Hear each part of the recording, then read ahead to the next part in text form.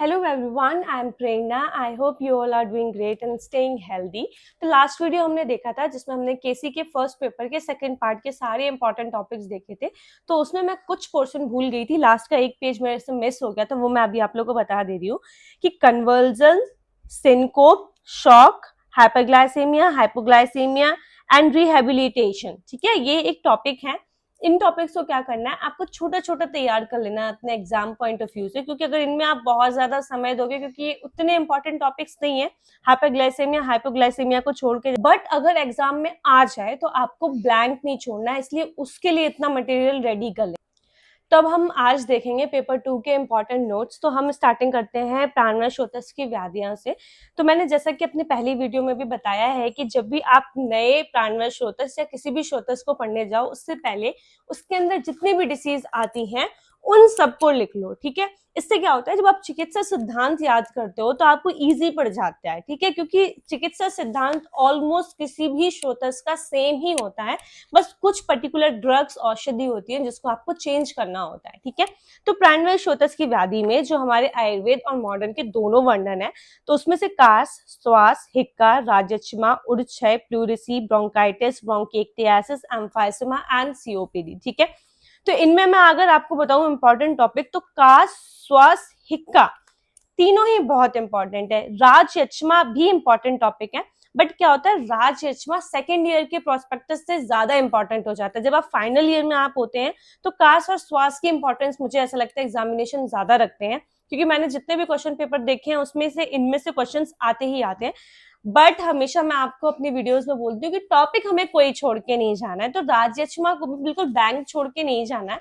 अगर मेरे नोट्स आप लोग देख रहे हो तो राजयक्ष्मा का मैंने कुछ एक पेज का ही नोट्स बनाया था, वो इसलिए क्योंकि राजयक्ष्मा हमने सेकंड ईयर में पढ़ा था, तब मैंने उसको बहुत अच्छे से नोट्स तब उसके बनाए हुए थे, तो मैं उसी से ही रिवाइज कर लेती हूँ अपने राजयक्ष्मा टॉपिक को। लेकिन जो अभी इस पॉइंट में आपको इंपॉर्टेंट है वो कास, श्वास, हिक्का, उसके साथ आपको जो इसके मॉडर्न टॉपिक्स है जैसे एम्फाइसेमा, सीओपीडी, ब्रोंकाइटिस और ब्रोंकिएक्टियासिस, बहुत ही इंपॉर्टेंट टॉपिक है आपके एग्जाम में मॉडर्न पॉइंट ऑफ व्यू से। ठीक है, इसमें से ना इन सारी डिसीज में भी जो एक बहुत ही इंपॉर्टेंट चीज है वो ये, जो इनके भेद हैं, जो इनके टाइप्स है वो याद करना है, क्योंकि थोड़े से कंफ्यूजिंग टाइप के इनके टाइप्स है, इसलिए कास, श्वास, हिक्का इन सबके टाइप्स अलग से आपको याद कर लेने हैं, कंफ्यूजिंग नहीं करना है। देन हम आ जाते हैं उदकवश के रोग। ठीक है, तो उदकवश के रोग में शोथ, जलोदर, तृष्णा रोग, वाटर एंड इलेक्ट्रोलाइट इम्बैलेंस। इसमें अगर मैं बताऊं सबसे इंपॉर्टेंट क्या है, तो वो है जलोदर and water and electrolyte imbalance. ठीक है, आप इन दो टॉपिक्स को छोड़ के नहीं जा सकते हो, शोथ और तृष्णा रोग को एक बार छोड़ के जा सकते हो।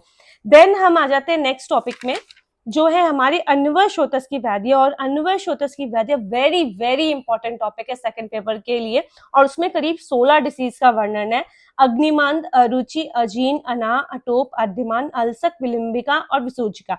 तो जो इसमें अल्सक, विलंबिका, विसूचिका, इनको थोड़ा सा इंपॉर्टेंट क्राइटेरिया में रख लो, क्योंकि इनकी जो डेफिनेशन है वो आपको याद करनी पड़ेगी, क्योंकि बाकी सारी चीजें ऐसे जैसे अजीर्ण है, इनडाइजेशन है, हमें पता है कि इनडाइजेशन क्या होता है, बट विलंबिका, विसूचिका, अल्सक में हम इतना कॉन्फिडेंस नहीं होते हैं। तो इनको डीप में स्टडी करना और अलग से इनके नोट्स भी बनाने, और इम्पोर्टेंट कैटेगरी में है ये। बाकी इसमें एक इम्पोर्टेंट है ग्रहणी, ग्रहणी दोष क्या होता है। ठीक है, बाकी सारी चीजें, एक इम्पोर्टेंट टॉपिक है गुल्म। ठीक है, अलग से है, डिफरेंट है, तो ये आपको याद रखना है। एसिड पैप्टिक डिसऑर्डर को आप पढ़ सकते हो, नोट्स बना सकते हो, बाकी जो मैंने बताया वो ज्यादा इंपॉर्टेंट है कंपैरेटिवली में। देन हम अन्वशोथस के बाद अपने आते हैं पुरुषवशोथस की व्याधियों में। तो पुरुषवशोथस की व्याधि में हमारा इंपॉर्टेंट टॉपिक है अतिसार और प्रवाहिका। तो अतिसार और प्रवाहिका में कभी कभी डिफरेंस करके क्वेश्चन आ जाते हैं। देन इसमें अर्श और पुरुषव क्रमी।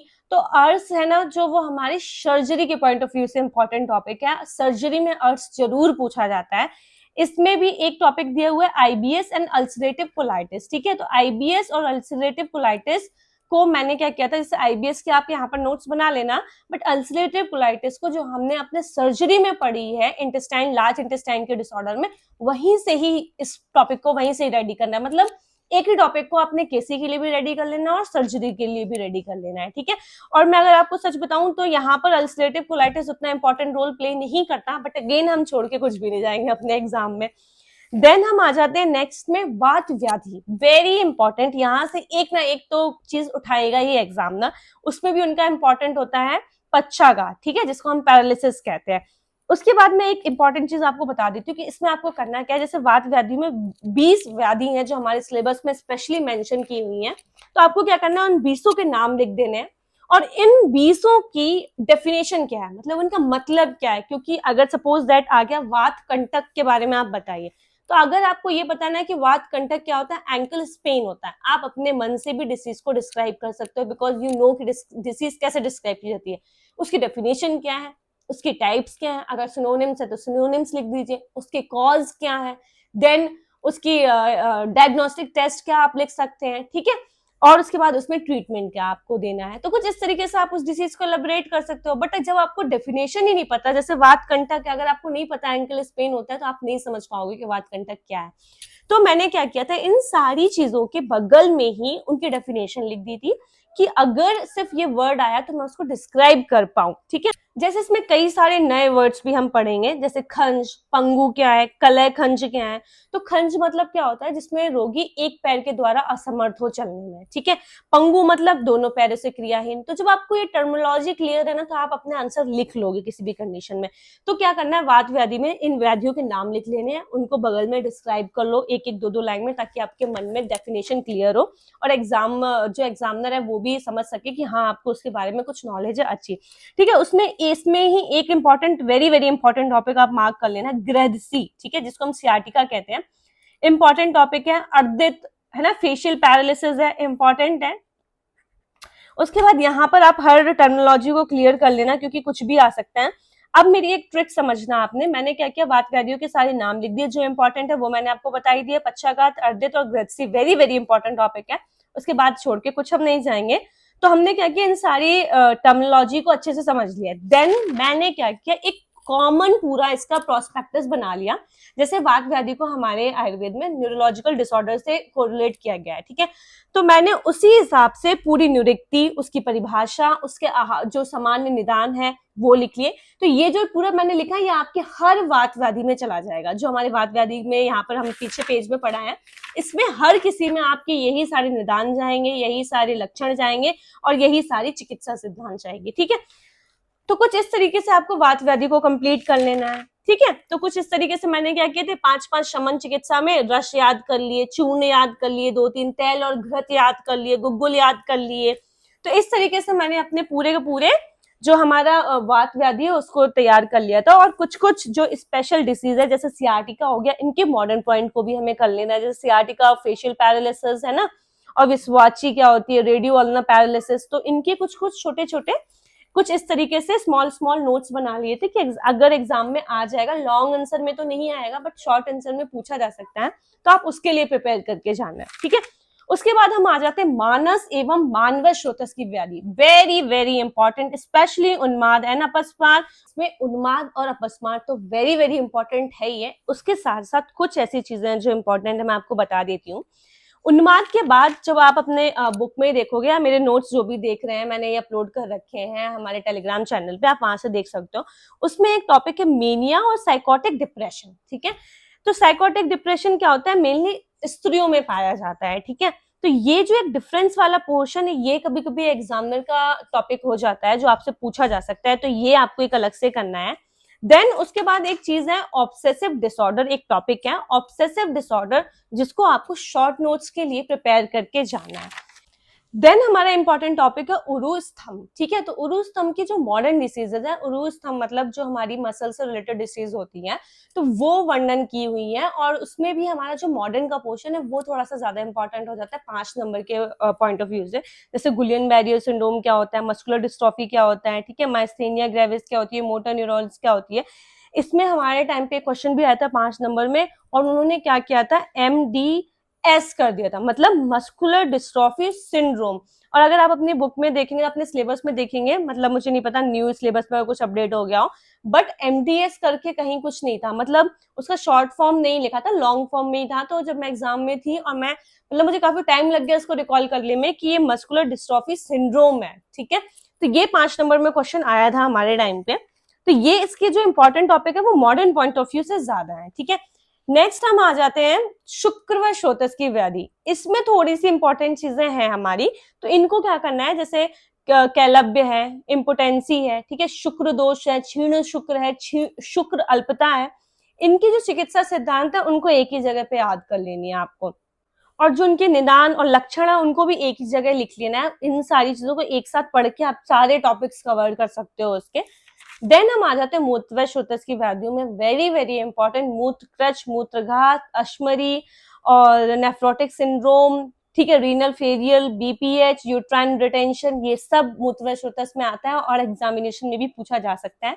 सेम आपको क्या करना है, इनका चिकित्सा सिद्धांत पढ़ लेना, उसके बाद जो समन चिकित्सा है वो सबसे टॉप श्रोतस के नीचे ही लिख लो, क्योंकि यही सारा चिकित्सा सिद्धांत और शमन औषधि आपको सारी ही डिसीज में लिखनी है, क्योंकि एग्जाम में मैं समझ सकती हूँ बहुत सारी चीजें बहुत कंफ्यूजिंग होती है और तब इतनी सब चीजें याद करना इतना आसान नहीं होता है। तो इसलिए मैं ये छोटी छोटी ट्रिक्स आप लोगों को बता दे रही हूँ ताकि आप अपने एग्जाम में और अच्छे से कर सकें। तो इसमें मैंने आपको बता ही दिया, शुक्र जो हमारी मूत्र व श्रोतस की व्याधि है सारी की सारी इंपॉर्टेंट है। देन उसके बाद बीपीएच इंपॉर्टेंट टॉपिक है, तो कर लेना यहाँ पर आप बीपीएच को भी, क्योंकि एग्जाम में आ जाता है बीपीएच। रीनल फेलियर मैंने आपको बता दिया है। सेक्सुअली ट्रांसमिट डिसीजेस की अगर हम बात करें तो फिरंग रोग ज्यादा इंपॉर्टेंट है, और सिफिलिस, वही फिरंग रोग को ही सिफिलिस कहते हैं आयुर्वेद में, तो आप ये पढ़ सकते हैं। बाकी इसमें और कोई ज्यादा ऐसा इंपॉर्टेंट नहीं है, बट फिर भी एक बार हम सारी चीजें देख के जरूर जाना। देन हमारा एक लास्ट टॉपिक है रसायन और वाजीकरण। इस टॉपिक को जरूर करके जाना, यहाँ से एक लॉन्ग क्वेश्चन आराम से बन जाता है कि रसायन और वाजीकरण का आज के मतलब कि आधुनिक मत अनुसार उसको रिलेट करके बताइए। उसके बाद है अस्थि और मज्जा श्रोतस व्याधि। तो इसमें मैं अगर आपको सही बताऊं जो इंपॉर्टेंट है, तो जो हमारे मॉडर्न की टर्मिनोलॉजी है ना, जैसे ऑस्टियोपेनिया क्या है, ऑस्टियोपोरोसिस क्या, ऑस्टियोआर्थराइटिस क्या, ऑस्टियोमिलाइटिस क्या, इनकी जो डेफिनेशन है वो तो आपको पता ही होनी चाहिए, क्योंकि इनकी डेफिनेशन में हम कंफ्यूजन हो जाते हैं और एग्जाम में गलत लिख देते हैं। तो इनकी डेफिनेशन अच्छे से पता होनी चाहिए। साथ ही साथ आपको कुछ टॉपिक हैं जैसे गंठमाला, ठीक है, गलमाला, गलघंट है, इनको थोड़ा थोड़ा सा आप पढ़ लेना, मतलब एग्जाम में अगर आ जाए तो आप छोड़ो नहीं इसलिए। बाकी इंपॉर्टेंट उतना नहीं है, बट ऑस्टियोपेनिया, ऑस्टियोपोरोसिस, ऑस्टियोआर्थराइटिस, ऑस्टियोमिलाइटिस, इनके आपको प्रॉपर क्लियर डेफिनेशन लर्न होनी चाहिए, ठीक है। देखो मैं आपको इस तरीके से इसलिए बता रही हूँ क्योंकि लास्ट मोमेंट में क्या होता है ना, आपका जो आयुर्वेद वाला पोर्शन होता है ना, और जो हाईलाइटेड डिसीजेस होती है वो ज्यादा पूछी जाती है, इसमें कोई डाउट नहीं है। बट जो छोटे छोटे टॉपिक्स हैं, कभी कभी 5 नंबर में 2 नंबर में दे दिया, अगर हम उनको नहीं करके जाएंगे तो आपके मार्क्स रिडक्ट हो जाएंगे। इसलिए मैं हमेशा अपनी वीडियो में कहती हूँ कि हमें छोड़ के कुछ भी नहीं जाना। इसलिए मैं टॉपिक भी, नोट्स भी ऐसे बनाती थी अपने टाइम पर, और आप लोगों को भी ये बोलूंगी कि जो टॉपिक ऐसा लग रहा है इतना इंपॉर्टेंट है, उसको 2 नंबर या 5 नंबर के हिसाब से रेडी कर लो। अगर आपको 5 नंबर का भी उसमें आता है ना, अगर एग्जामिनेशन में 10 नंबर में आ गया तो आप एक्सटेंड कर लोगे उसके कंटेंट, ठीक है। और एक टिप मैं दूंगी अब स्पेशली केसी के लिए, कि जो इम्पोर्टेंट डिसीजेस हैं, जो इम्पोर्टेंट औषधि हैं, जिनका चिकित्सा सिद्धांत इम्पोर्टेंट है, बार बार उनको रिवाइज करो। जिन डिसीजेस के कई सारे टाइप्स हैं जो आपको कंफ्यूज करते हैं, उनको बार बार लिख के देखो। श्लोकाज है, जो कुछ इंपॉर्टेंट श्लोकाज है उनको मिस आउट नहीं करना है, तो उनको बार बार लिख लिख के देखो। एक बारी में इतनी सारी चीजें याद नहीं होती। अगर आपको लग रहा है कि मुझे याद है, तो आप एग्जामिनेशन में पक्का कंफ्यूज हो जाओगे और वहां गड़बड़ होगी और आपके मार्क्स कम आएंगे, ठीक है। तो आई होप आपको ये वीडियो पसंद आया और आपके एग्जामिनेशन के लिए ये इन्फॉर्मेटिव हो। अगर इन्फॉर्मेटिव हो तो प्लीज वीडियो को लाइक कर देना, मेरे चैनल को सब्सक्राइब कर लीजिए। Thank you for watching my channel. Bye bye.